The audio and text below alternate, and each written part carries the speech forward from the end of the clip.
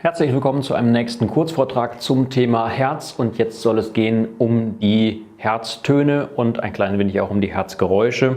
Wir haben es in einem vorherigen Vortrag bereits angesprochen. Herztöne sind diejenigen Geräusche, die sich mit dem Stethoskop auf dem Brustkorb wahrnehmen lassen, diese von der natürlichen, wir sagen der physiologischen Herzaktion herrühren, die also durch die natürlichen Blutflüsse, durch die natürlichen Herzklappenbewegungen erzeugt werden und die letzten Endes auch für den Therapeuten natürlich Hinweis auf eine natürliche Herzfunktion sind.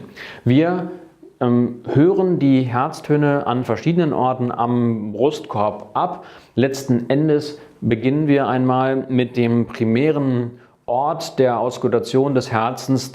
Das Abhören des Herzens wird immer gestartet im sogenannten Erbschen Punkt, und der Erbsche Punkt befindet sich auf der linken Seite des Brustkorbs auf Höhe des sogenannten dritten Zwischenrippenraumes. Es wird von oben her abgezählt und dort startet man mit der Herzauskultation, einfach weil es so ist, dass die allgemeinen Herztöne und auch viele Herzgeräusche sich im Mittel am besten im Bereich des dritten Zwischenrippenraumes links neben dem Brustbein, links parasternal darstellen. Das ist so der allgemeine Startort in der Regel.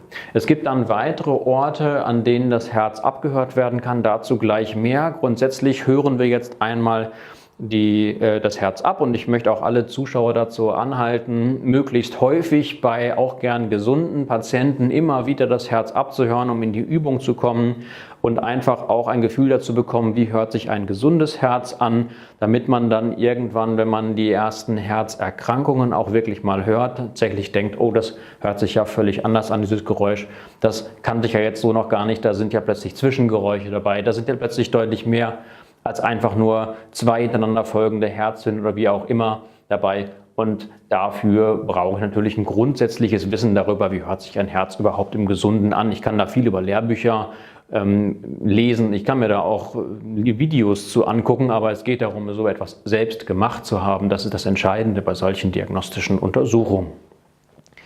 Nun, es gibt im Wesentlichen zwei mit dem Stethoskop wahrnehmbare Herztöne beim Gesunden. Das wäre der erste und das wäre der sogenannte zweite Herzton.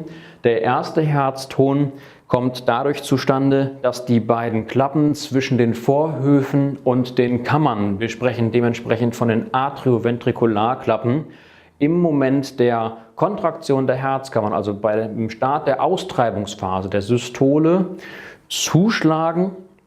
In dem Moment übertragen sich hier Vibrationen der Herzwand und der Blutsäule auf die Brustwand und können wahrgenommen werden. Im Anschluss daran kommt es zur Systole, zur Auswurfphase des Herzens. Das Blut fließt über die Ausflusstrakte hinaus, zum Beispiel auch über die Körperschlagader. Die Pulswelle lässt sich dann parallel zum Beispiel an der Radialis-Arterie, also an der daumenseitigen Handgelenksarterie tasten. Und das ist auch die Basis. Ein guter Therapeut wird immer, wenn er das Herz abhört, parallel den Puls tasten, um überhaupt zu sehen, okay, der Herzton, nachdem unmittelbar die Pulswelle am Handgelenk folgt, das muss dann logischerweise der erste Herzton sein.